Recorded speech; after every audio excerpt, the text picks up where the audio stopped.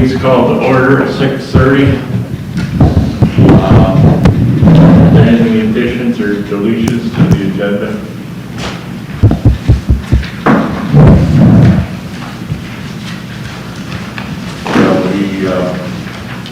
Has everybody read the minutes from the July 26th meeting? Are there any corrections to be made? I noticed that Heather thought we were in a Zoom meeting. Did I forget to take that out? Yeah. Okay, I will make that. Not that it would be nice to go back to Zoom. I will do that.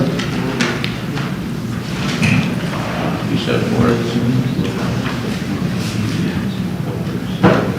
Do we have, is everybody here? Larry.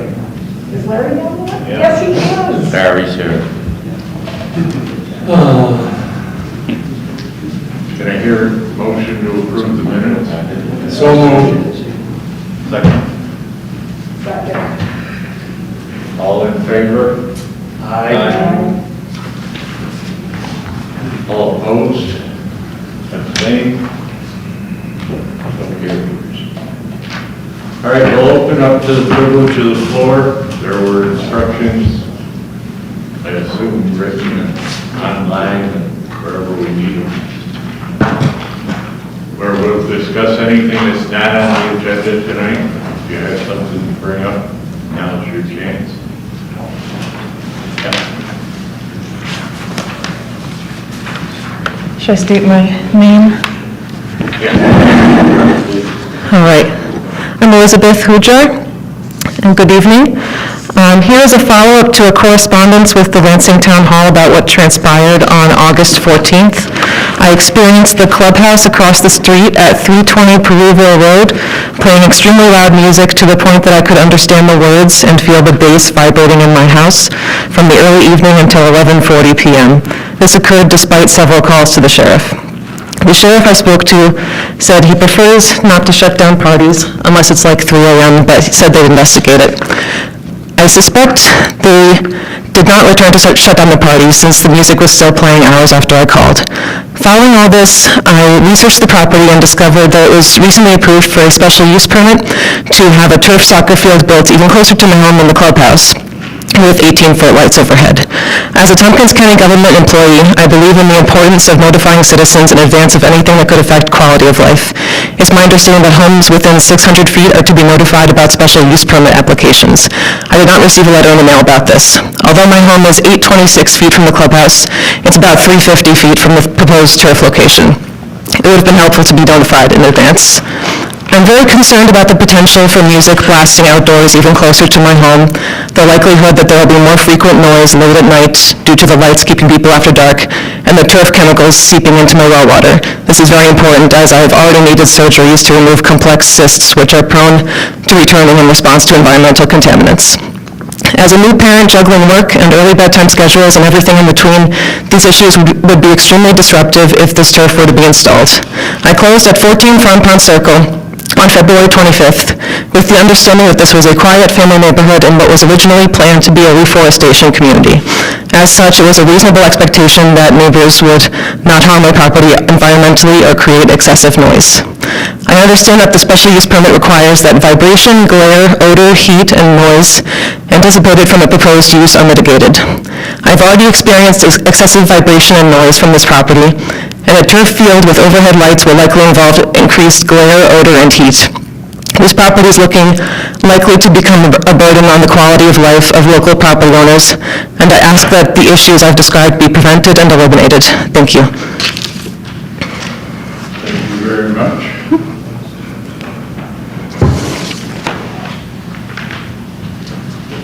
Anyone else have anything to discuss that's not on the agenda tonight?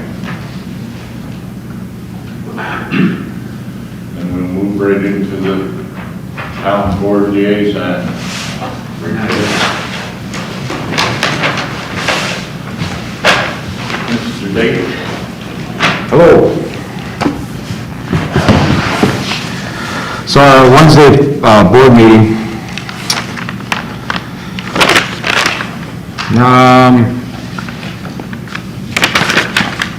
we'll get right to the privilege of the floor. Elizabeth just spoke. She reiterated the same letter. She read the same letter she read to us on Wednesday. Probably need to speak into the microphone. Hello? They're not on, never mind. If you speak into them, then the recording on YouTube is going to come out. Well, I'll kind of do this then. Mike Sigler had suggestion not to vote no with the CS Solar Array. We were asked, later on, you'll hear about it with a letter that Ed was going to compose for supporting this solar. That was it for the privilege of the floor. Had a nice presentation from the Cuba Lake Watershed Intermunicipal Organization with Liz Thomas. Basically wanting the town support for a watershed manager, someone that could do that from either with not necessarily with a county, but as a general of basically of Lansing, the towns that surround Cuba Lake and so forth. So she wants our support for that. Went through our different reports. As far as the community library report, they'll all should be online here shortly. The consent agenda, we had a resolution accepting the 2020 year-end independent outside financial report and audit. A resolution to re-levy yearly water and sewer charges on 2022 town and county tax bills. A resolution to honor Robert Baker. Resolution updating employee Eric Wilczak's position and job classification due to fulfilling obligations and obtaining a CDL. A resolution urging limited suspension by executive order of the New York Open Meetings Law. A resolution adopting updated COVID-19 guidelines and rules for town buildings, and a resolution approving the audit and budget modifications for the supervisor's report. As I alluded to before with Mike Sigler, we had a motion to authorize town supervisor to exec a letter of support for CS Energy's Yellow Barn Solar Energy Facility, and pretty much unanimously said we weren't going to do it. There was questions asked probably at least 60 days ago, not only here, but from CJ, that were never answered. So none of us felt comfortable with giving that authorization for that letter at that time. Talked about it, basically tabled it, so we can talk about it again at some point. We had a resolution approving Village Solar's trails, pathways, master plan of the town of Lansing, and land use ordinance plan development area. There were several changes, minor changes for the walkway, and they agreed to it and were changed on the resolution and duly noted, so we passed that. We had a resolution approving and authorizing the acceptance of and filing an encroachment agreement for historical wellhead partly encroaching highway boundary of Hillcrest Road, meaning there's a well right in the middle of the road. No, it's off to the side, but it was historical, so it was, it's been there for years. They actually changed the road at some time to get a better access to Warm Road, so they decided that was basically just a boilerplate thing at that point. Board member reports, I didn't have one because I wasn't at the last our working meeting. I apologize for that, by the way. Something come up. In the work session, went to training procedures, basically a criteria for an HR person, but different committees and different committees like you, us, with the sexual harassment training, the workplace violence training, and how do we hold people accountable to that.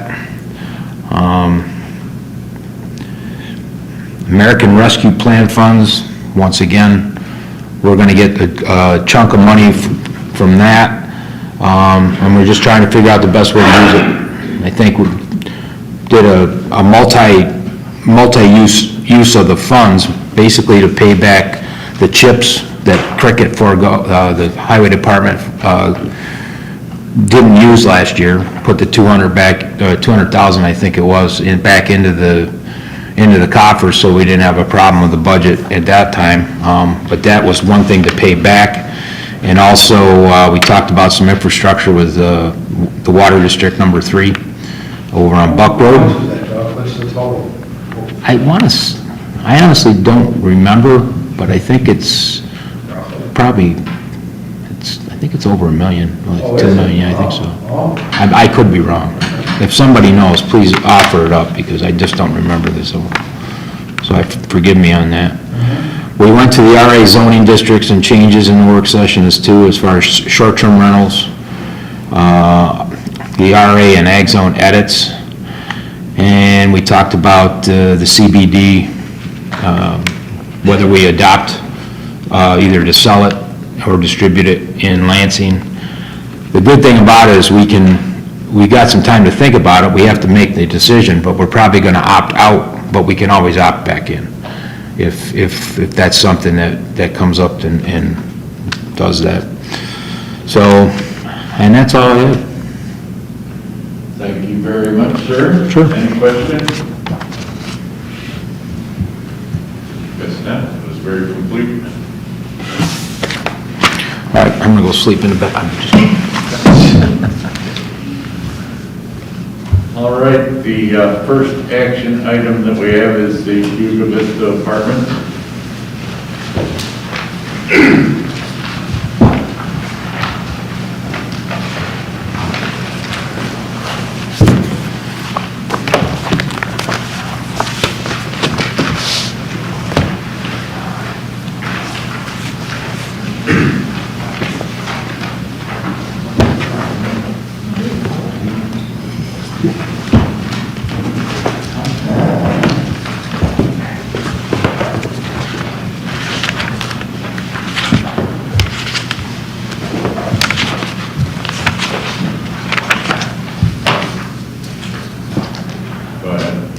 Okay, so I know we've been over a bunch of this before, but the one thing I wanted to show with the colored site plan was this site's pretty full.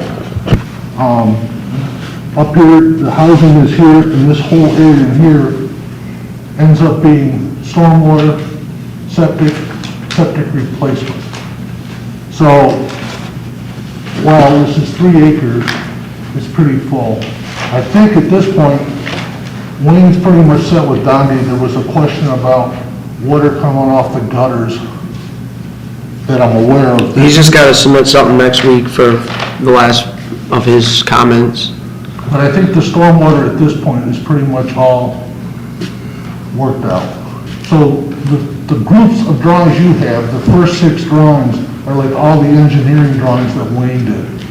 Then I tried to clean it up, make it a little easier to see some of the stuff like where the building is, how the road, the plantings, and also we did the site section so you can see kind of how the screening works. That when we start out, the road is here, so it's screened and all we get bigger. The housing, I don't think there's been really any questions since the first meeting, and they're 2-story buildings. I mean, we're gonna have a different siding treatment at the entrances that'll be shaped versus lap siding, but it's pretty much monochromatic. Each unit will be kind of the same, it'll be designated on each unit, as you can see in the planning plans. While each unit is planted the same, it's fairly good. So, I think the only question has been the dumpster. And originally, we talked about that every one of these units has a garage.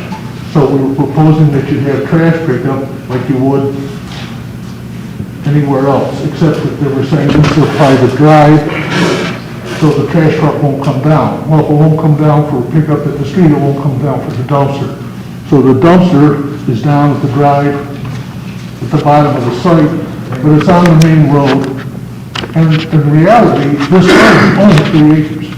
You know, where I live, I have to have 5 acres to have a single family house.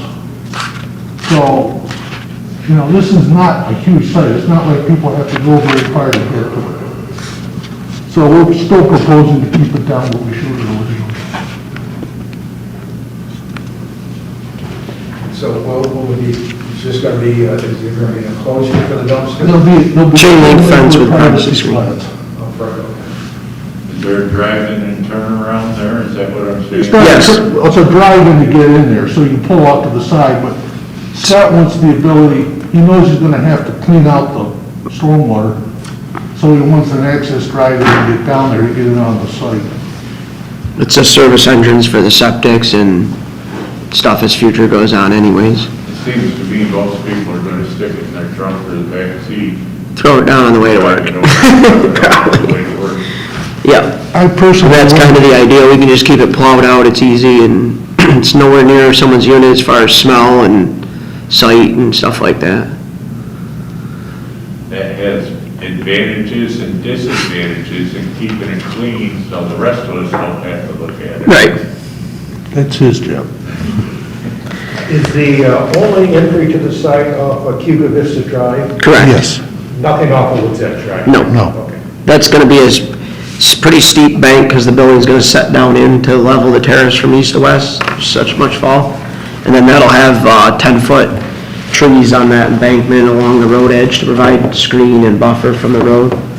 So you get an idea here, this line that runs through here Is the is current grade. So you can see that we're cutting for the top group, the easternmost units. The site gets cut and it gets filled over on this side. And then it falls off. So those top units are kind of into the hill, and that's part of why we have to screen it from. What's the elevation of Woods Edge Road? Where's Woods Edge Road up here? It actually goes up before because the This is Wood Edge Road right here. ditch line's higher than it though. You should, Towards on the other road, and Is out, not even, you know, you're only gonna see like the roots of these things. correct, well, when the trees grow up that are the sheening, you won't even see that. right.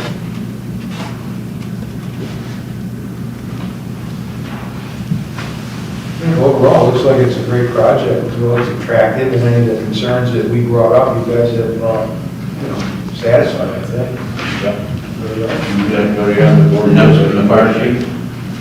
We did that already, that's been all set. I seem to remember that, I just wanted to confirm. Well, basically, we're just waiting for the last review of Dondi's, so I mean, that's up to you guys, I mean, contingent on obviously that the engineers approves the stormwater, but Wayne's here tonight, I mean, he just has to submit something to him later this week or the first part of next week for basically clean up what he wanted on the last review, and then they're, should be done with that, so as far as, that's all finishing up. And we have a catch basin system, so we can take the roof drains to the catch basins or tie them into a pipe, whichever way we're gonna do it. I'm sure Dan, you'll Oh, yeah. Oh, yeah. And the same, obviously, the engineers at the health department are along with the process too, because they've been commenting about the stormwater. Do you have any, sorry, do you have any backup plans in case trash starts accumulating where it shouldn't? People So- are lazy about taking it all the way down there? Yeah, we have, my lease is 23 pages now. We regulate pretty heavily, Aha, and the tolerance of stuff is pretty, so we have the ability to remove a garbage bag from your patio for $50 per the lease. But I always tell people, if you're on the bad side of the coin, which we've never had, and you charge somebody the $50, I'm the bad guy, but if you're the guy next door and the garbage is stinking, then I'm the good guy. We really don't have an issue because we self-maintain. We kind of nip it in the butt before it gets bigger than it needs to be. I mean, with that said, I mean, anything can happen, but we're tentative local landlord where it's kind of, you know, we're on site every week and you can kind of see if something's getting a little array, then you just send them a letter and it usually goes away.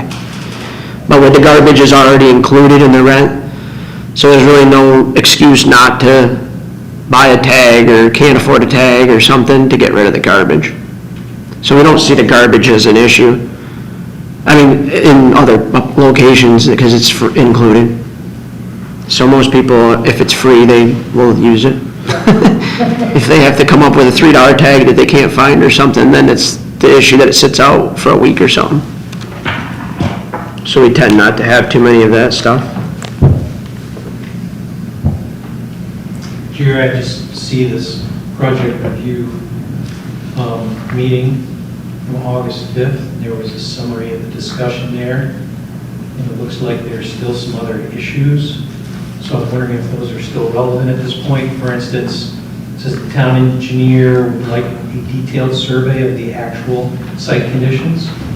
So I'm wondering why that's necessary, and if that's been provided, or if that's something that's going to hold up this project. I wondered about that too. You've got a topographic plan, you've got a very good site plan. What does he mean by an additional survey? Now, I guess this question is for us and for him as much as for you. I might be able to answer that. Sure, go ahead, John. In conversations with Donnie, I believe what he was looking for specifically was 1 foot contour survey on the, and I think it was just the ditch line on the front of the property. And I think that those issues are actually being resolved with Mr. Madison. Right, Wayne added, they were on 2 foot LiDAR to start contours, and he wanted them on 1 foot, which we changed. So in short, I feel that that's been resolved. So that answers there appears to be a double ditch line along the road? Yes. Okay. That's a little excessive. Any other questions? Has the SWIP been received? That's what they're on the final submission of that. Okay. So there's just a couple, Wayne just had a couple cleanup things that Donnie had recommended, or, they were working through. He was gonna submit those to him later this week for this final approval, or rendering of it. I guess we discussed any concerns about the dumpster. And then it says that we need a seeker review. So it looks like you're doing that. Did we do a secret on this? We have one here. You declared yourself as lead agency, I believe. They haven't even commented yet. I don't think the county's even commented. I can't make today. Oh, they did? You should still have You the would. original Like that for the short whole form. permit, Lansing. If not, John says, well, forget that. Do you want to go through the secret questions individually? Yes, we do. Say that again? Yeah, we usually do go through the secret in the meeting before we The second, approach the resolution. I'm sorry, Mayor, on the second page of the resolution, it says the planning board determines the proposed project will result in no significant impact. Right, but we read through the secret to make sure that it's in the record generally. Do you have a copy of it? I can print it off. Then we'll wait for you to do that if you could. Certainly can. Has everybody read the resolution? Yes. Do you realize that the resolution is for seeker, or NECDEC, and the grant site plan approval?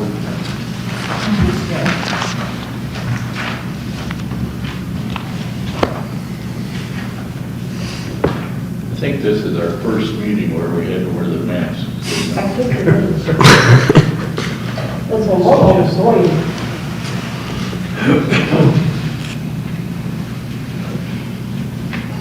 I'm a little bit confused then, Jerry, because it seems to recall reading a statement that there won't be any contingency approvals of site plans, yet with the stuff that's still outstanding, this would be a contingency approval. Now, I've got no problem with contingency approvals of site plans. They're done all the time, we've done them before, I don't have an issue with it. Well, what are we going to do? I mean, it's going to be one thing or another. I don't remember us making a statement that we weren't going to do any contingency site. I read that in some correspondence on the email. I have a hard time laying my finger on it right now, but I know I wasn't, suffering a fugue state. I think that this resolution has a contingency in it, and we can vote on it as it is. Sounds good to me. Okay, good. I was just bringing that up. Believe me, Donnie doesn't miss a trick. Yeah. Well, I kind of agree, but I think that this has gone on for quite a while. But that's just one man's opinion. Yeah,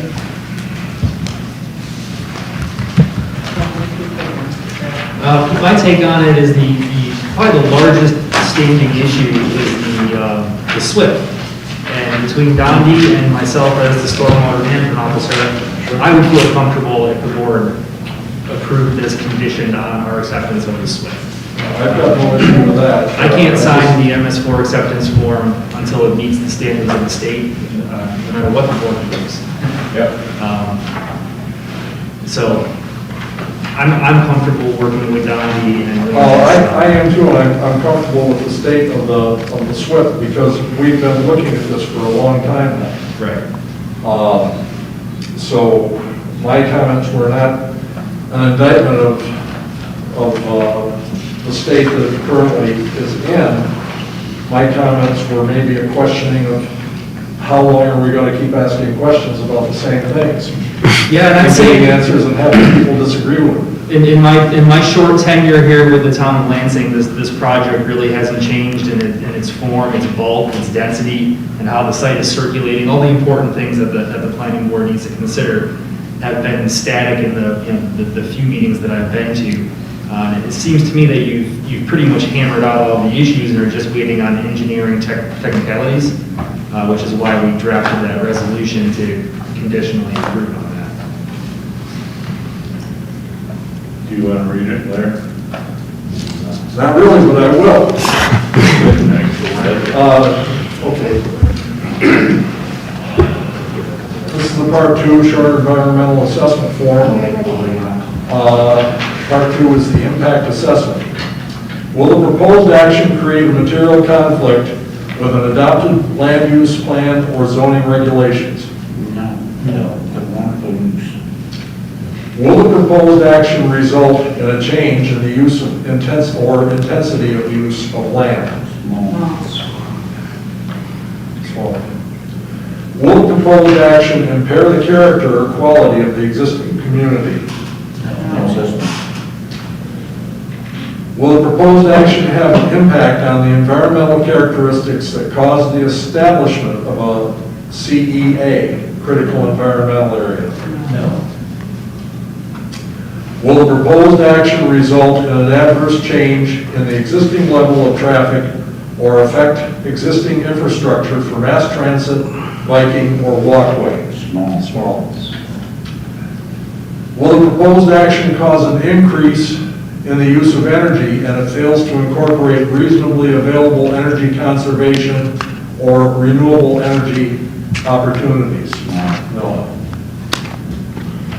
Will the proposed action impact existing A, public-private water supplies, B, public or private wastewater treatment utilities? Small. And no. Will the proposed action impair the character or quality of important historic, archaeological, architectural, or aesthetic resources? No. No. Will the proposed action result in an adverse change to natural resources, in other words, wetlands, water bodies, groundwater, air quality, flora, and fauna? Will the proposed action result in an increase in the potential for erosion, flooding, or drainage problems? Will the proposed action create a hazard to environmental resources or human health?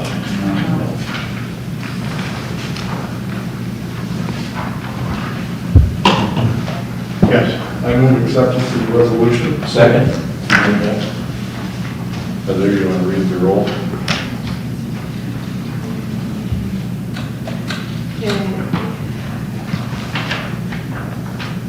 Sandy?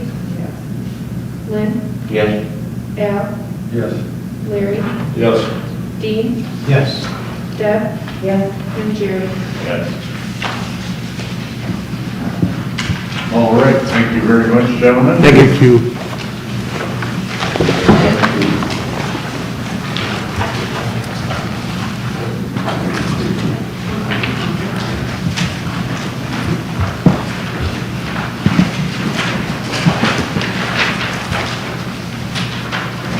Second is the East Shore Drive minor subdivision.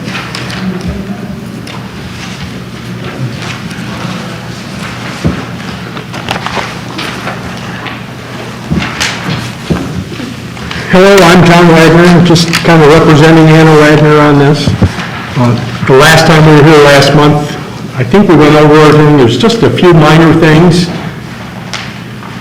I think all the action items weren't on me, but I think they went to Mr. Zepko, if I'm not mistaken. Yeah, so the board requested that the applicant fix a few questions on the environmental assessment form, which the applicant did. Question 5, changing the land uses that occur from just rural to commercial and residential. There was a request to change question 12 regarding historic places. And the reason that checked yes was because this project falls within 500 feet of Brooks Harbor. So that's why it auto-checked yes. That's the explanation behind that. So I think that this board would just have to decide whether or not they think that this subdivision would adversely impact Brooks Harbor. And the last question that the board was sort of inquiring about was, had the site of proposed action or adjoining property been the subject of remediation? The box in that situation also automatically checked yes because the property is within 600 feet of the dry cleaners. And so, in order to find that, I had to search the DEC's database for every spill and remediation in the town of Lansing in the history of time. Involving a barn out back that was dilapidated, or am I remembering a different one? There is a barn that's dilapidated, but I don't think that, That didn't affect. I didn't think that affected anything we were talking about. Seemed like we had thought at the time maybe they had historical significance since we didn't realize Brooks Harbor was so close. No, it was the Rose Harbor project that I picked up on. It was, We had a question about the length of the driveway on the flat lot. 1,100 feet. 12. It's almost 1,200 feet, I believe. Did we talk to fire department about that? but you got me on that one. I don't have any feedback from the fire department on that. We have on record as a part of the discussion that turnouts will be provided. I believe it was every 500 feet on the driveway, which is consistent with what we've done under similar circumstances before. So that's sub-base requirement too? We talked about that on the property off Ross Road. I think that's a site-driven thing. I know the property off Ross Road was pretty heavy gravel anyway. So I don't believe we have a discussion about that here. That would be if somebody wanted to develop it for residents, Yeah. that's their problem. I mean, we're just subdividing. That's right. Okay. You get expensive. Yeah, whoever gets C4 is not the most beloved child, I guess. He's the one watching online. Sorry. So we have advertised for the public hearing, and I hear a motion that we open the public hearing. So moved. Second. All in favor? Opposed? Abstained? All right, we'll open this up to comments from the public. Does anyone have anything they'd like to bring up about this project?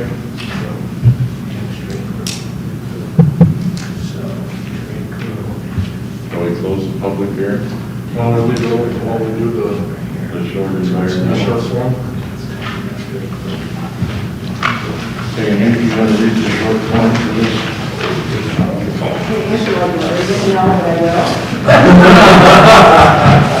Yeah. It's the same result. No, it's not. It's the same one, yeah.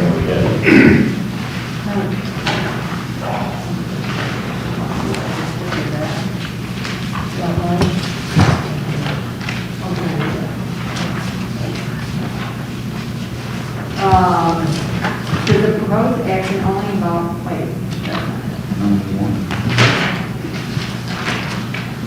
Part 2. Yeah.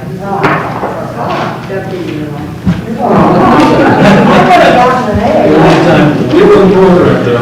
Will the proposed action create a material conflict with adopted land use or zoning regulations? No. Will the proposed action result in a change in the use or intensity of use of land? No. Small. Will the proposed action impair the character or quality of existing community? No. Will the proposed action have an impact on environmental characteristics that cause the establishment of a critical environmental area? No.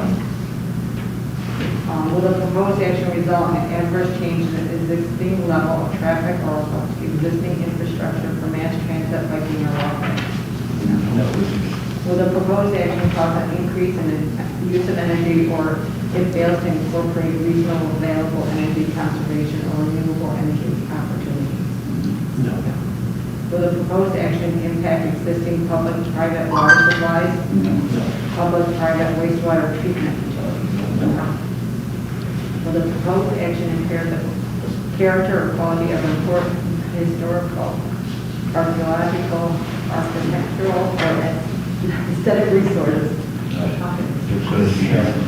Will the proposed action result in adverse change in the natural resources, wetlands, water bodies, groundwater, air quality, flora, fauna? Will the proposed action result in an increase in the potential for erosion, flooding, or drainage problems? Will the proposed action create a hazard to environmental resources or human health?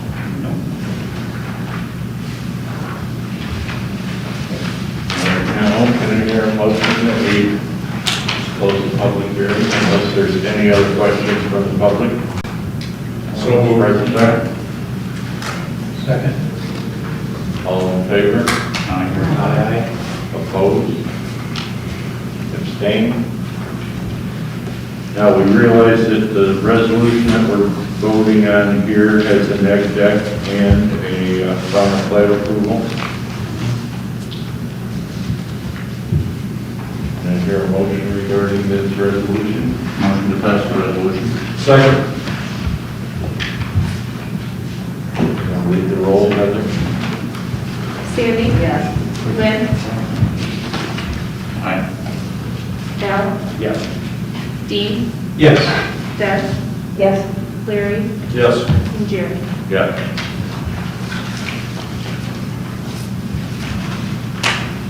Very good, thank you. Thank you. Thank you.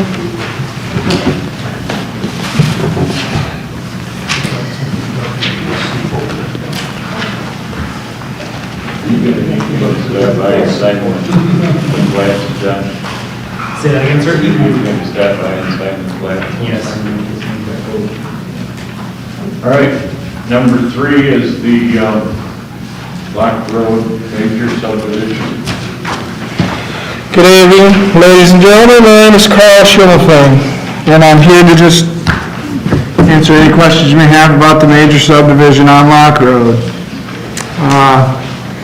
Basically, I want to take the remaining acreage of 5.62 acres and build individual, single-family homes, one per year per lot, over the course of the next 3 years. I work for myself, primarily by myself, so it takes me a little while to build a house. There's really no impact on stormwater. You're not really disturbing much. Usually I take all my spoils from the foundation and put them on top of where the sewer is going, and I'll silt fence around them. Any kind of erosion, stuff like that. I mean, it's pretty basic. It's pretty cut and dried.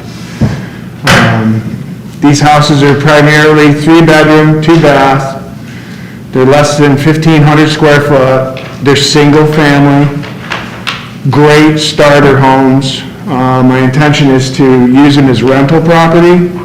Usually I rent them out between $1,700 and $1,850 a month. We do make it available for Section 8, and anyone and everyone who, if you qualify financially, you get the house if you check out. If they sell, I just sold one on Fenner Road. I just sold 31 Fenner. It's the same exact type of house. They're easily amendable to grow with a family. They're single story. You can add garages. You can do pretty much well whatever you want. There's no interior load-bearing walls.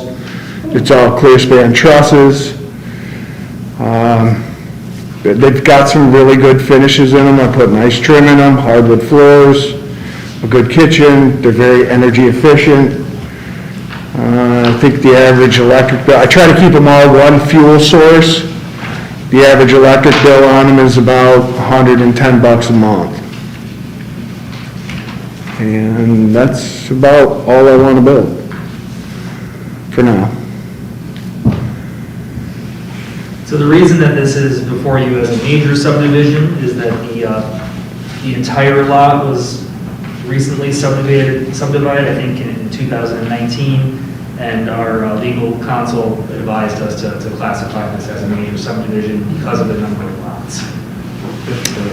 Correct. I originally bought the Merrill property, and it was originally 17.9 acres, just shy of 18 acres. Eldridge was farming it, Willett Day. They wanted to continue to farm it. They asked me what my intentions were with it, and I said, I'd rather keep it in the agricultural community, so we had parted it off to them. So now that 12-acre plot is now enveloped in the rest of the 200 acres that he owns all the way around it.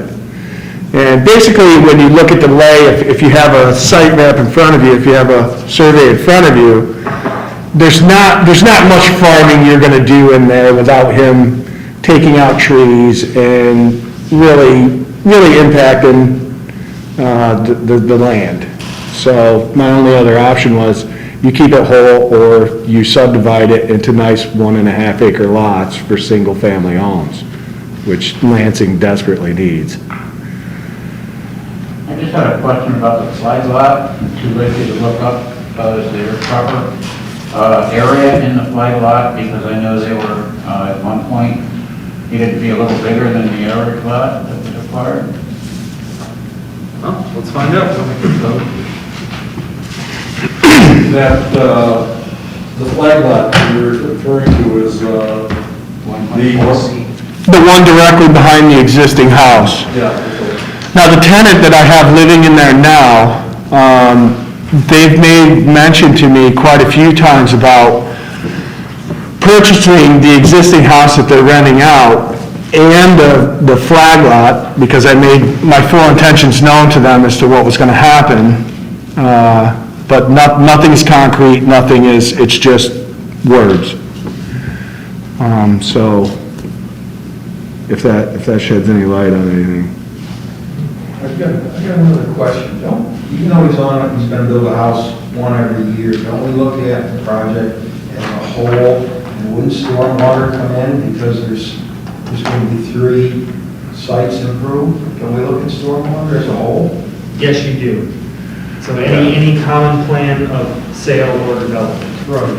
So how does stormwater impact what we're approving? What we can do is ask the applicant to provide us with a stormwater tally sheet, which the town has, which tallies up the area disturbed for the construction of the homes, the driveway, et cetera, see if it exceeds the 1 acre minimum. Most of the land that's there now is basically lawn or rough cut lawn.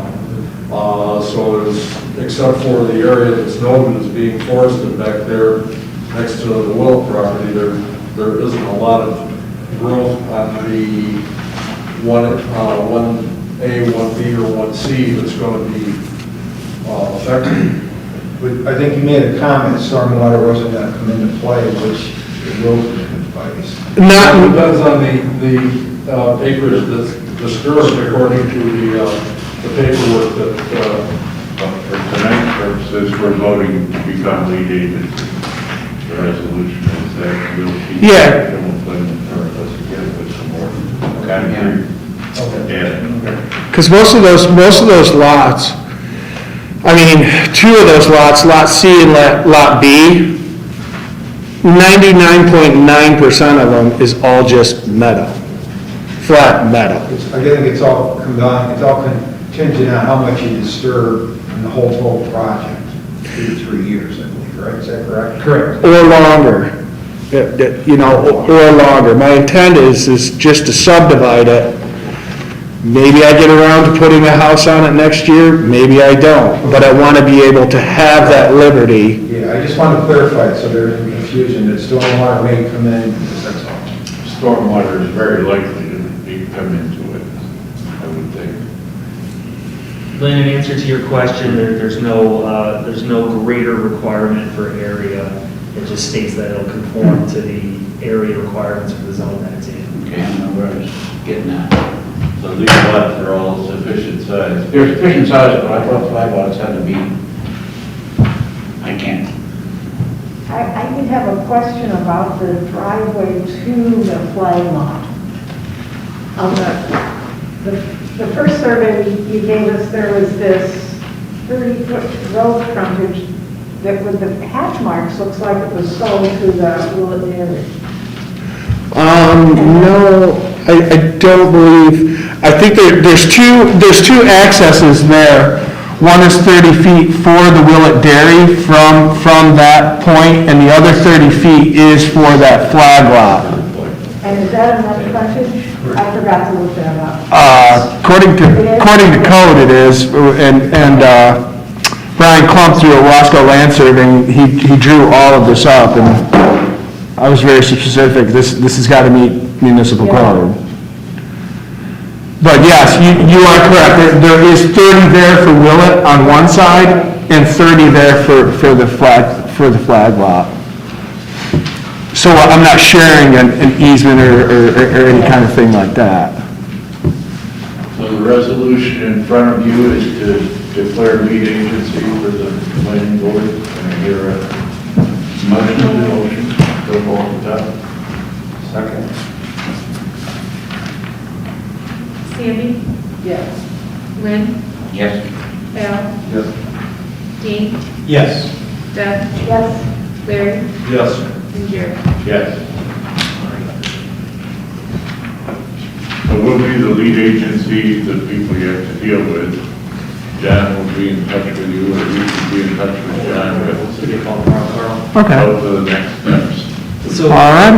could I just clarify from the board that what we're looking for is basically a tally of the area of disturbance so that we can be certain of how to handle stormwater? Other than that, or if you're comfortable with the configuration of the lots and everything else? Okay. I'm very familiar with the entire piece of property. The stormwater will all flow into the road ditch in front, which is a substantial ditch. And everything slopes towards the road in that area. So, you know, I'm fairly familiar with the property. I'm completely comfortable with what you're looking for. Okay. Yeah, there's one huge drain ditch there from the water runoff from all the fields. It's not a ditch you want to accidentally drive in. Okay, thank you very much. Thank you very much, folks. So Maravido, Lansing propane up for discussion tonight. Are we getting to the end of this, Wayne? I'd like to think so. I brought reinforcements tonight. John? Yes, sir. For old eyes like mine, this printing is pretty small. Yes, Heather and I were speaking about it this evening. I apologize for that, and that'll be rectified for the next project. I did read it with the Yeah. plan. I have the magnified several steps up, hard to read it at one time. I understand, yeah. I apologize for that. All right, do you have new information for us?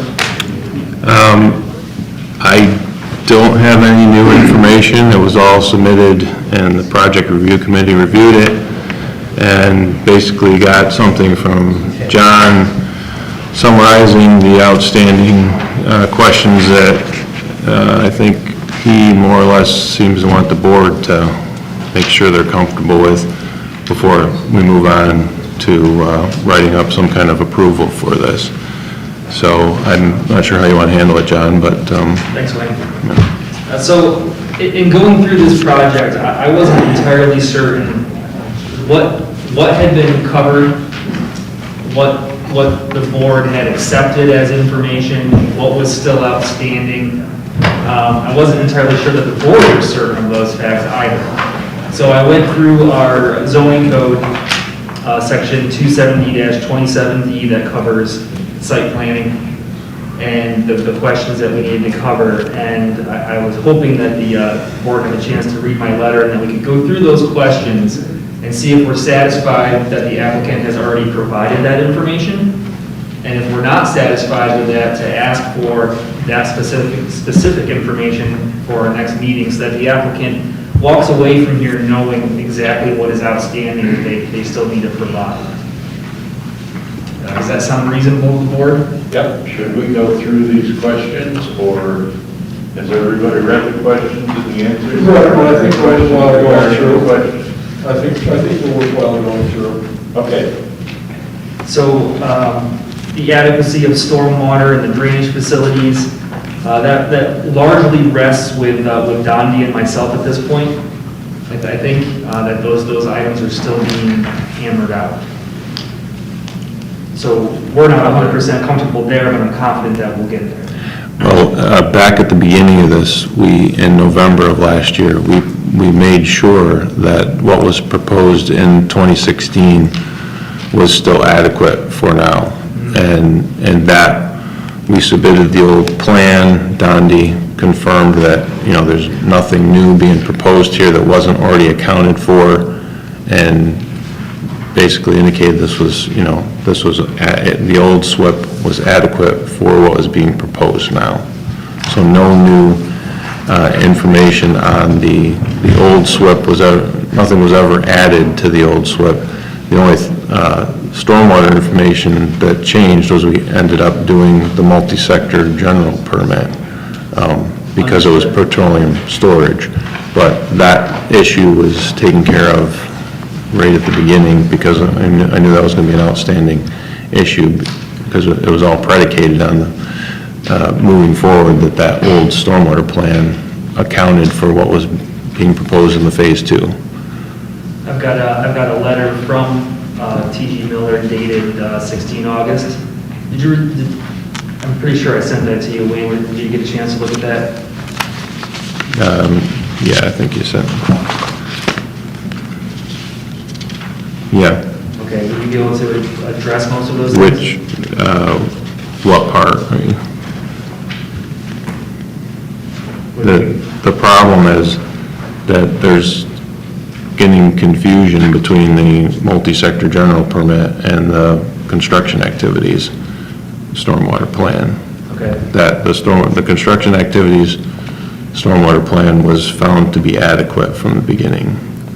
Multi-sector general permit, there was really, they came up with 6 or 8 things that we had to address the last time, and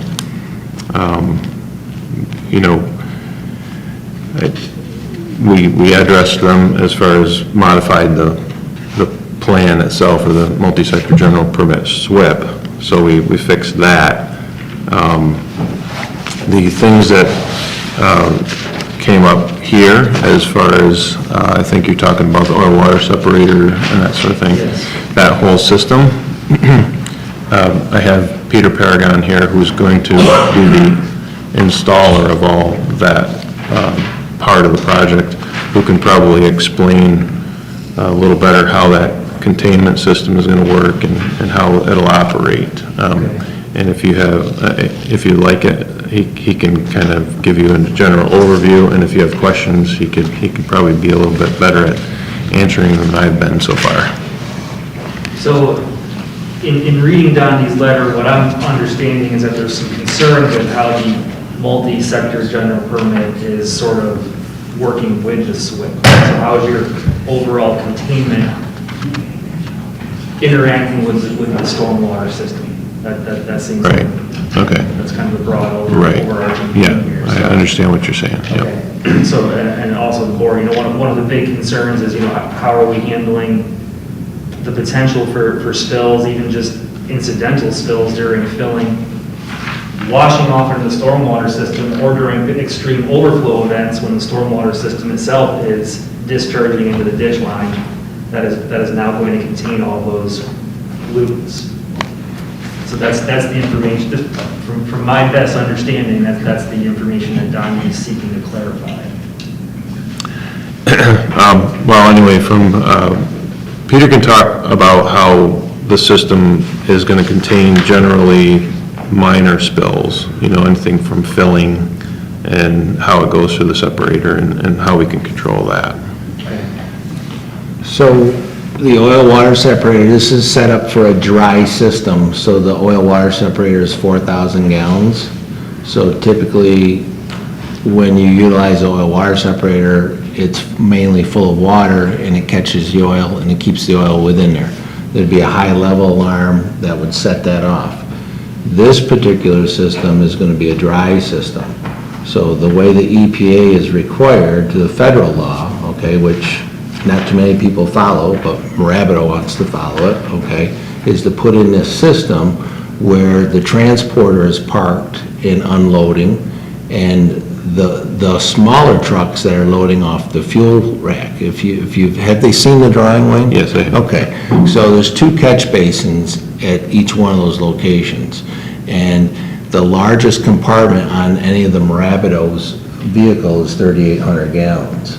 So between the capacity of the pipe, the tank, and the concrete pad, which will have a curbing system on it, it'll hold almost 5,000 gallons. So well past the 110% capacity that is required for their largest compartment, which would most likely be on one of their transporters and not on the small delivery trucks.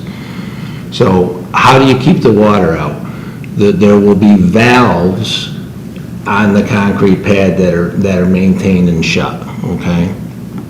So what happens is if it rains for 3 days and there's no activity at the site, that catch basin's gonna fill up with water.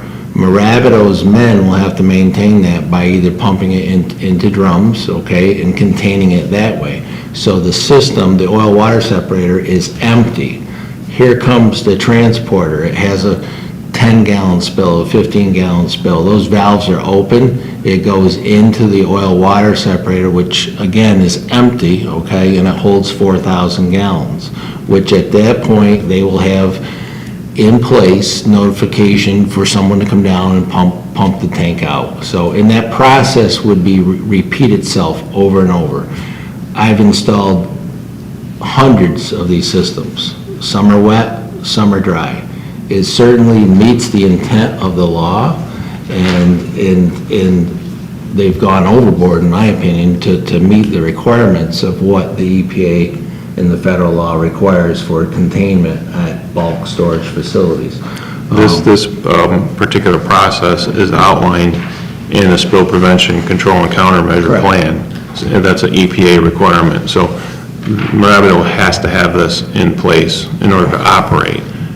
But this particular process Peter's talking about is outlined in that plan. Right. The locals, when I say the locals, the state does not enforce this whatsoever. So the containment area, it would be an EPA inspection on the bulk plant that would come out, that would look for this, okay? I've installed these all over the country. We do a lot of work for Carvana. I've been as far west as Iowa, as far south as Alabama, and we put in the same similar situation, so for their facilities. We do a lot of school work in New York State, very similar, and to a point where well-known engineering firms in the Syracuse area design these, and they just have a ball valve in the curb line, and the ball valve stays open and goes to drainage. It doesn't go through an oil water separator. And then when the truck comes to deliver, they shut the ball valve. So there's, there's a lot of different ways you can skin the cat. This is a very, very complex system, and it's state-of-the-art. In the oil water separator, there'll be low-level alarms, there'll be high-level alarms. So there's not like, oh, did we pump out the oil water separator this week? They will know because it'll be a state-of-the-art facility, so. Thank you. You're welcome. So John, what do you need to say? You need a letter from the engineer? Yes, I'm not an engineer myself, and I wouldn't pretend to understand the intricacies of what you do. So we have to place reliance on our engineer to tell us that, that we've reduced our risk as much as possible. When you say your engineer, you mean the town engineer? Yes. Okay. Yep, the town designated engineer, which is T.G. Miller. Okay. So I'd like it if you would be able to work with Dondi to resolve the issues of his letter. I can arrange a meeting, Wayne, if you'd like, between yourself and Dondi face-to-face, or however you'd like to work it out. Well, I've spoken to him about it, but I'm just wondering if we just can't use what's been said here tonight to help him understand the process, because that's basically what his questions was. He didn't quite understand how the process was working. Well, we can certainly provide him with both the recording of the meeting and our meeting minutes and notes, but it's up to the board to make the final decision on this, but I would personally like to see a letter from Gandhi saying that these issues have been resolved. Yeah, we need the town engineer to be on board with this. I don't have an issue of calling him as long as I can give him a call tomorrow if he's available to discuss it. Okay, I think that's been one of the sticking points, is just this one little I mean, understanding. it's a very, very complex and gray area for folks that have terminals and folks that have convenience stores. When the transporter comes to the convenience store, there's no containment there. Convenience stores are exempt. Why? Somebody in Washington smarter than us, I guess. So, but the bulk storage facilities and the school facilities have to have containment, and again, that's not a state regulated thing, nor do they enforce it. It's a federal requirement, so, in which a lot of people are not aware of. Yes, ma'am. How often are the EPA inspections, do you know? They're very random. You never know when they just show up. They don't call you and say, hey, we'll be in Lansing next week, and you might be annual, you might be semi-annual, you might be every 5 years. Never. But you have to prepare this spill prevention, control, and countermeasure plan and have a copy at the facility. Has to be there in case EPA shows up, and you can provide that to them, and they'll do their inspection.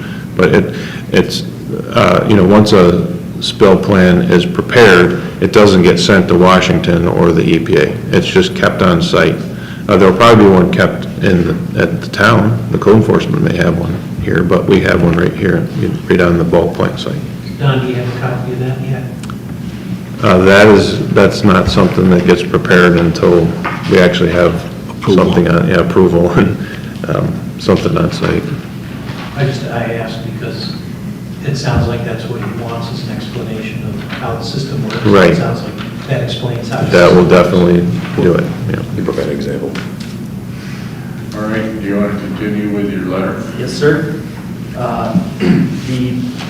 The next section deals with the location, arrangement, and sufficiency of off-street parking. The applicant has proposed 12 parking spaces in 2 separate locations, which seems to pretty much cover your employees and prospective truck drivers and whatnot. Is the board comfortable with that? Does that seem adequate to this board? Seems to me there's 2 spots there for public stopping by to pay. I don't have a problem with that. I think we just wanted an explanation of what they were to make sure you weren't having a retail operation.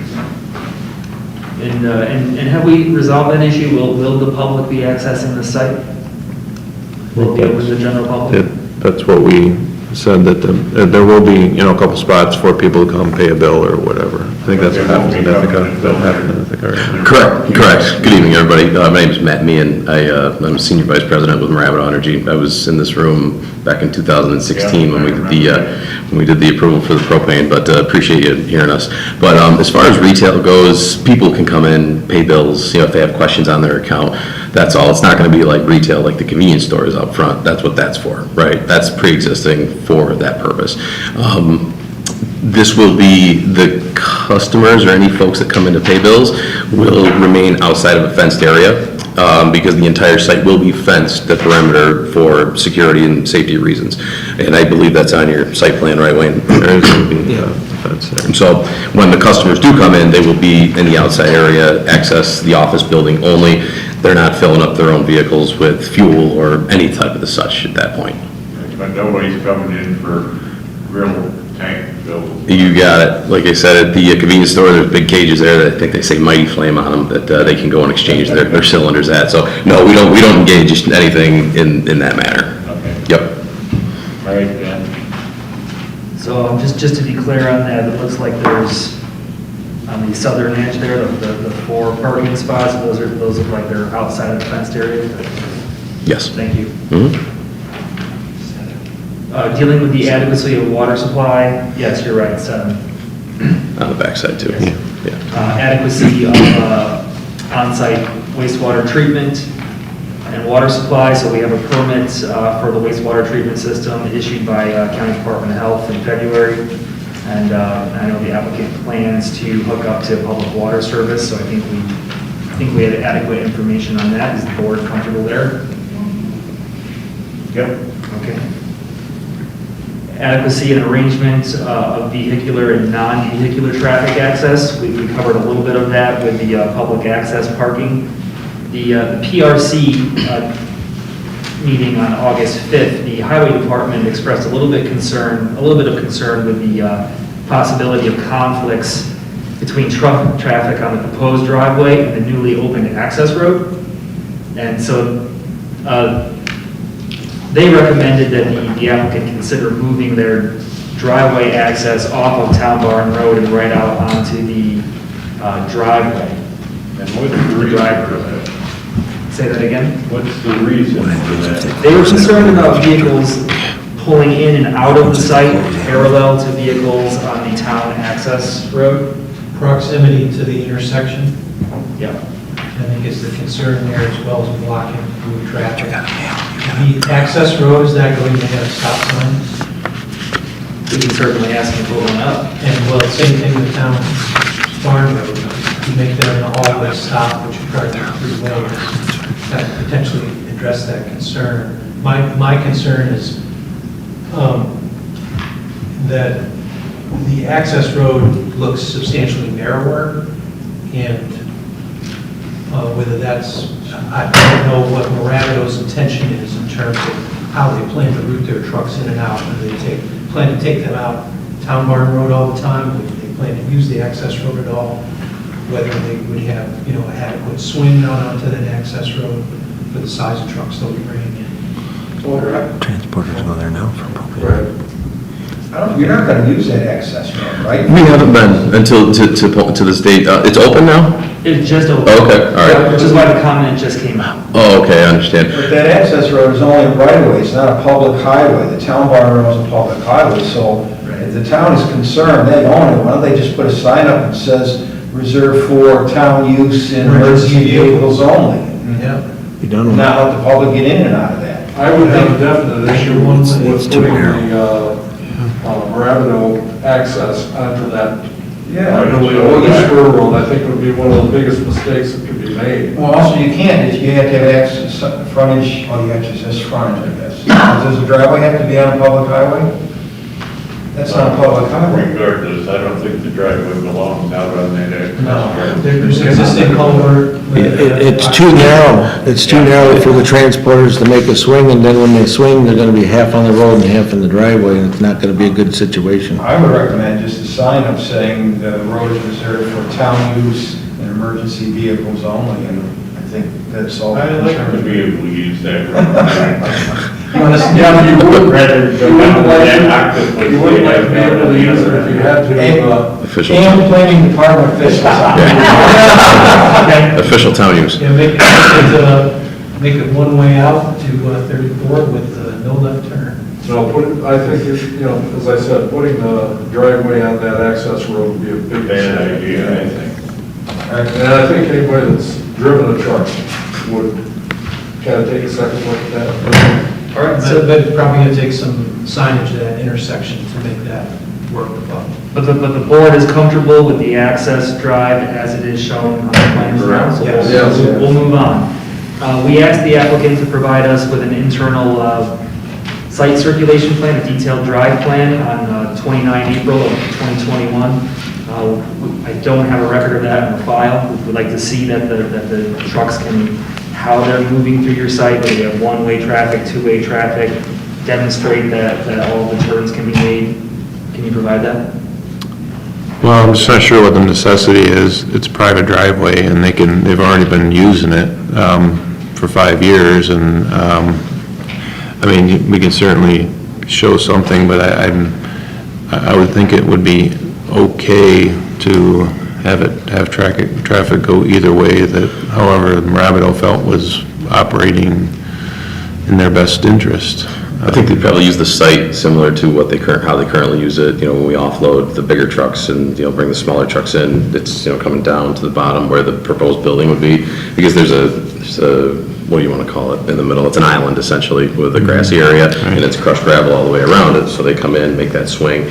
Where they offload on the propane side, that's where their valves are, so they want to be pointing out towards, you know, parallel with Town Barn Road, and, you know, that would be a one-way circle through there. Again, it would be just employee use only, and they would be coming through that one gate and looping around and going out the other direction. So we can very easily put that on on the site plan.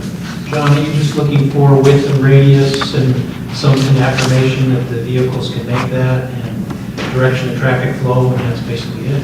Yes. And I want to make sure that this board is comfortable with that. Yes. Fair enough. Anybody have any objection to that? No notation to that effect on the front with some arrows would be nice. The next question deals with site lighting. The town requires dark sky compliant fixtures, and that glare is prevented to adjacent properties and roads. What the applicant has provided us so far is just sort of a technical, spec sheet on the actual fixtures. Is the board comfortable with that, or do you want to see a more We detailed require a lighting plan? plan from everybody else Okay. to show us where the lights are going to be, as well as the technical specs, so. Where we put the lights on the buildings, and we noted that they were going to be dark sky compliant, and we submitted a cut sheet. And the light, the proposed fixture is shown on the building. Did we had a problem with the light that was reflecting off the tank caused a problem with the Right, neighbors? right. And that I think we took care of, right? Yeah, well, we basically said if, if the town wants, they can shut the lights off at night, when it's dark, so that's not a problem. So we'd like to have, I think for security purposes, it'd be nice if it was lit, just lit in such a way it didn't reflect off the tank and show up. Right, so, yeah. I just have a vague memory of a picture there that probably was a nighttime picture with a Right. camera that made it look worse than it might be, but still, it could be irritant and we could either like or.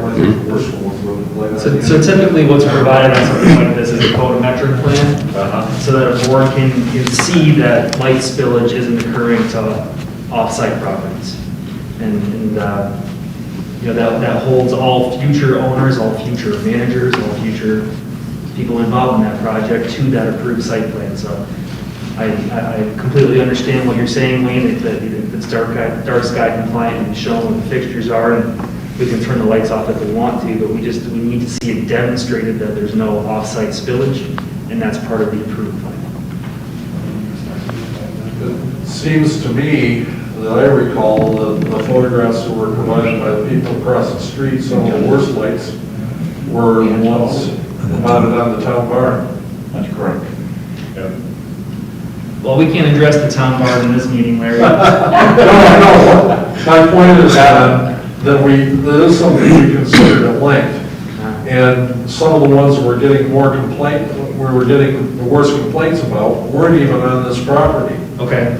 I just want to make it clear that we recall that, and we did determine that those lights were that light wasn't coming from Mirabito.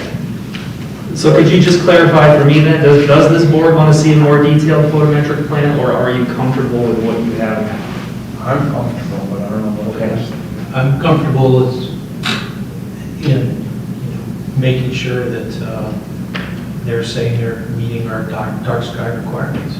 Okay. For people that will be looking at the plan, maybe not that cognizant of what they're seeing, maybe the light locations should be labeled.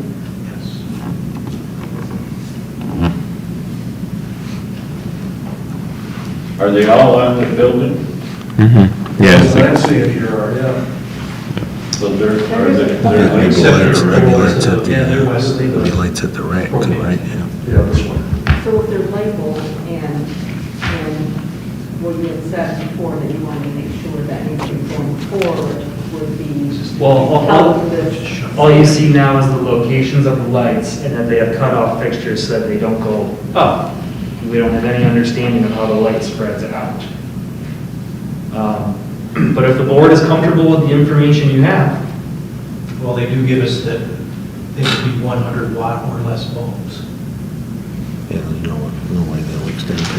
think that, does anybody have any objection to that? I think that we're pretty comfortable with that. So if this is in the resolution, then anybody going forward would have to adhere to what's in the site plan. in the site plan, that's correct. All right. Okay, so the board is satisfied with the information that we currently have.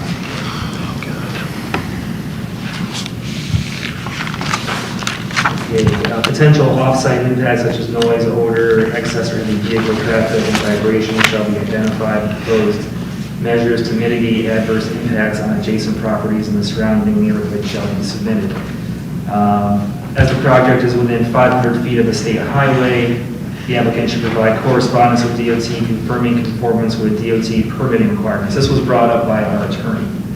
Just asking to make sure that there's no permitting requirements from DOT because of your proximity to the state highway. So you mean we have to contact DOT to get a statement from them? Yep. Even though we're not doing anything road-wise? Just It's confirm- already just in. confirm that you don't need permitting, Wayne. But why would we need permitting? We're not doing anything different than it's already being done. There's already a road on Town Barn Road. That's the Well- access. Our attorney advised us that you may need permitting because of your proximity to the road. The state highway. I don't know, as far as the board, we're kind of in the dark on this thing. I mean, This is getting circular, really circular. Never heard of such a thing myself. I mean, Try to we do that with DOT, right? have something to say. that's Gentlemen, I fine. hadn't either, but I'm just Right. following the advice of my attorney. Sure. So it seems that the board is comfortable with the location arrangement and design of the site in general, correct? We're not asking for anything, any major Already changes? approved it once. All right, well, you approved one tank, but now you've got 3 more and a couple of buildings. The big problem we had with the 3 additional tanks was the potential hazard to the area through explosion, and that's been handled by putting them underground. Having the tanks underground redirects the blast in the concussion zone just as well as putting a 30-foot tall berm around them does. So I think those issues have been addressed. Okay. They have for me anyway. I mean, what about everybody else? Very happy. Excellent, excellent. Is the board satisfied with the existing planting plan and arrangement? No. Don't think they're adequate. The ones that are there, maybe in a few years, they'll be a little more, but we've stated at this meeting that we do want to see more visual buffering. And I know Wayne disagrees, but, you know, what we've got to deal with here is there's more exposure. I know that you guys had absolutely nothing to do with cutting down the trees that were there, but it was a little bit maybe naive to think that those trees would always be there. They're off your property, and the buffering for your property devolves on, this is a responsibility that devolves on you guys. We, I think, have discussed in the past, we'd like to see some additional planting. I don't know exactly what anybody has in mind here, Well, I think on the north boundary, that what's there is adequate because it's Town Barn Road. And there's not neighbors there. I think on the west boundary, you're typically not seeing that side of the property because there's a convenience store and a grocery store over there. So I don't think there's any real impacts there to mitigate on the north or west sides. The east side, there's a lot of natural vegetation along the access road, which, you know, they're deciduous trees, so wintertime, they don't block much of anything, especially at nighttime, but we've heard Rabbit say they're willing to mitigate nighttime lighting, and there's, I think maybe only one neighbor, maybe kind of to the southeast, the closest one that really has an impact. I think that the biggest impact is to the south, where you have probably 3 or 4 or 5 neighbors directly across the road who have the biggest objections and have the biggest nighttime impacts. How you increase the buffering there in order to make something that's substantial, especially in a short period of time. I don't know as, you know, there's something that's going to happen quickly, but I could see doubling up that road that's currently there. We also did put that fence along that, you know, to block spaces between the buildings and along the petroleum bulk storage area, so that was to help block view of the tank that's there. That will help some, the building and fence. You know, we've received comments that, well, one person in particular, and I'm not sure where his house is, because of his comments, I'm kind of thinking that his house is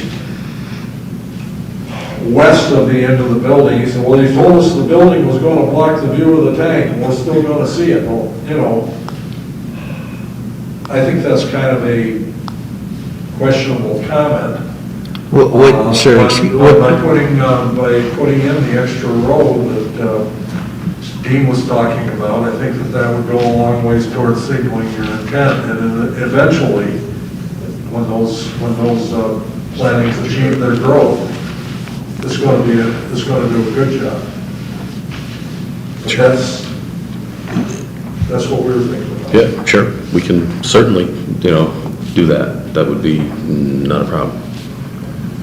And I do think what they're saying, though, is definitely going to help. You've got a screen, it's going to screen off by the office building and shop, and then you're going to have, is it a 10-foot high fence in between? How high are we going to go with the fence? I thought they were 6 feet. I think they're 6 feet. I think it was 6, but we were going to go a little bit higher because of the concerns. I think it'd be great if you could go higher than that 6 foot. Outside. Outside. That would be helpful, you know, the building's gonna be 8, 10, what is it, 12 foot or more, probably, to the soffit area.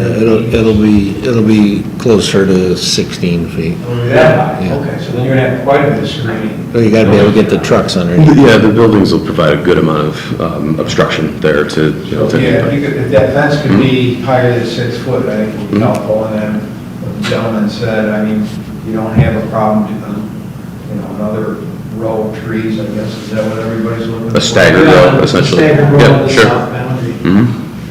Just so everybody's clear, these tanks, you won't be able to see the fuel tanks. They're gonna be underground. Initially. We've had finally acknowledged that. Right, So we're gotcha. back to talking about the tank that's been there since Sure. 2015. 16, sure thing. paint it green. Yeah, when we first started the conversation, the bulk of tanks were above ground, and now they're gonna be recessed, so it's one less thing to screen. That took care of a number of Certainly, items. absolutely. All right, moving on.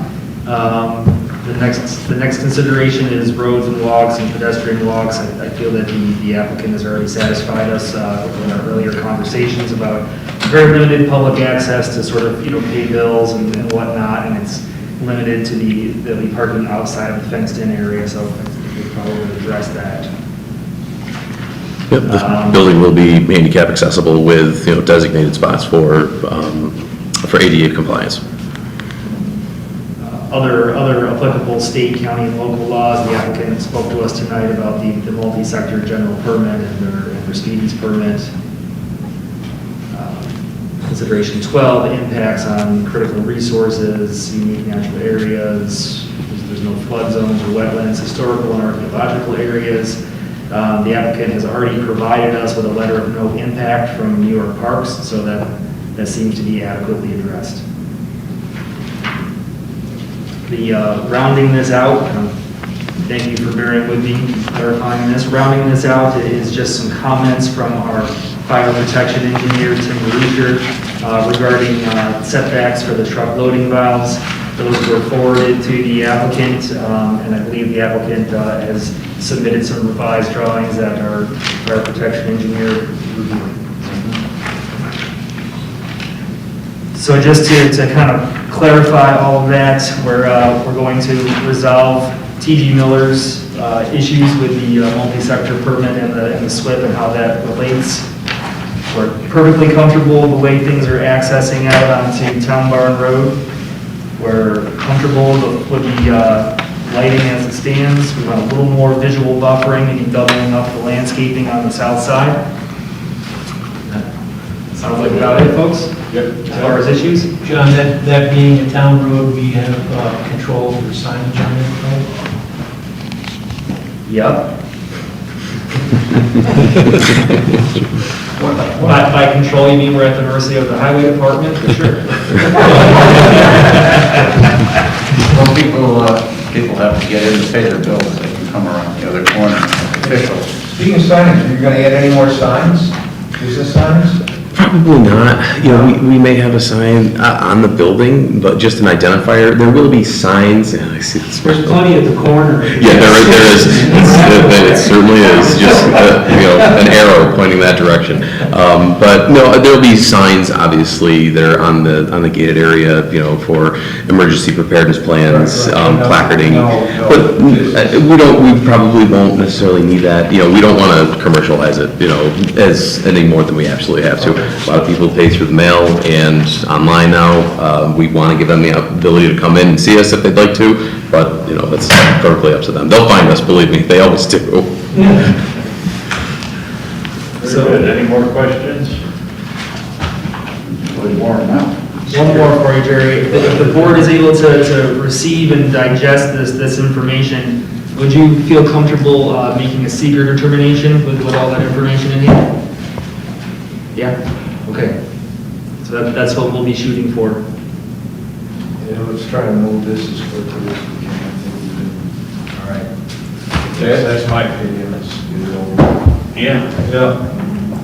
I think that they've jumped through hoops to do what we've asked, and we've jumped through hoops to make things work, and Tim gave us a lot of information. And we're about to the end of it. Wayne, you feel pretty comfortable with what we've discussed here? Yeah, I can just modify the plans to reflect the second row of trees, add at least some notes about the fencing, that it's going to be, higher. And Peter will talk to Dondi, we'll try and get the multi-sector general permit And traffic questions. flow. And traffic flow. Traffic flow. yes. Traffic flow. Did you see that red note on there about elevation? Which one? The one about the elevation for the stormwater pond versus... The old water separator outlet? Yeah, the separator. Yeah, right. Just want to make sure you saw that and addressed it. Yeah.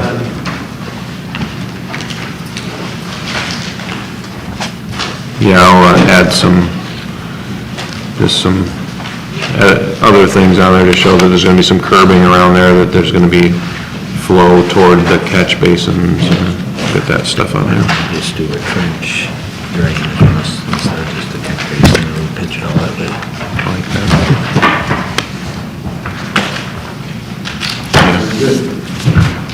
Thank you, gentlemen. Thank you. Thank you very much. We can bring this to resolution. No, we appreciate it. We appreciate the thoroughness for sure and understanding what's at stake here, and, you know, just, we're very appreciative of the process and looking forward to a swift resolution, so thank you so much. Thank you.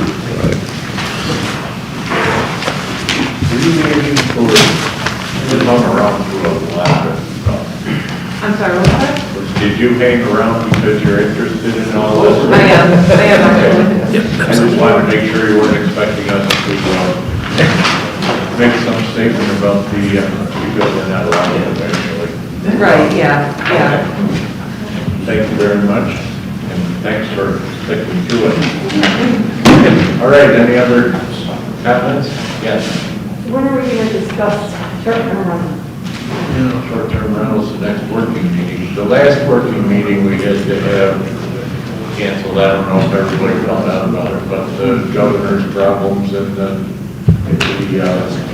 county saying that we needed the distance and masks, and it was all too close for the meeting date. We couldn't get it all out.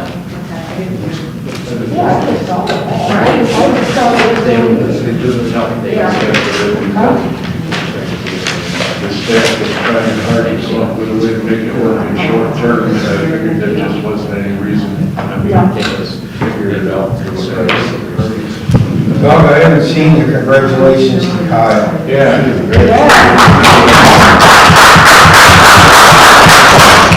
We didn't bring him tonight, so we could fight. I wanted to welcome him home on Sunday night, the week before, nobody put the word out to stay in the Lake Chicago.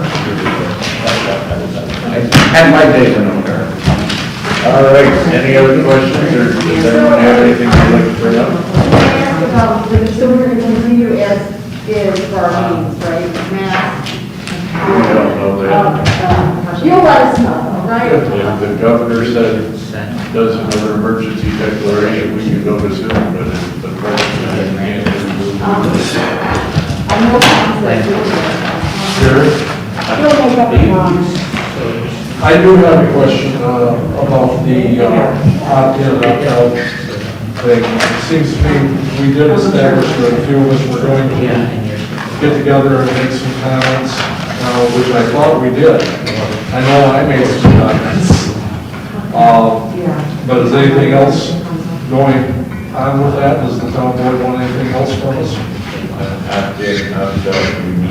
For the senior, you know, I haven't heard anything about it. Doug mentioned it.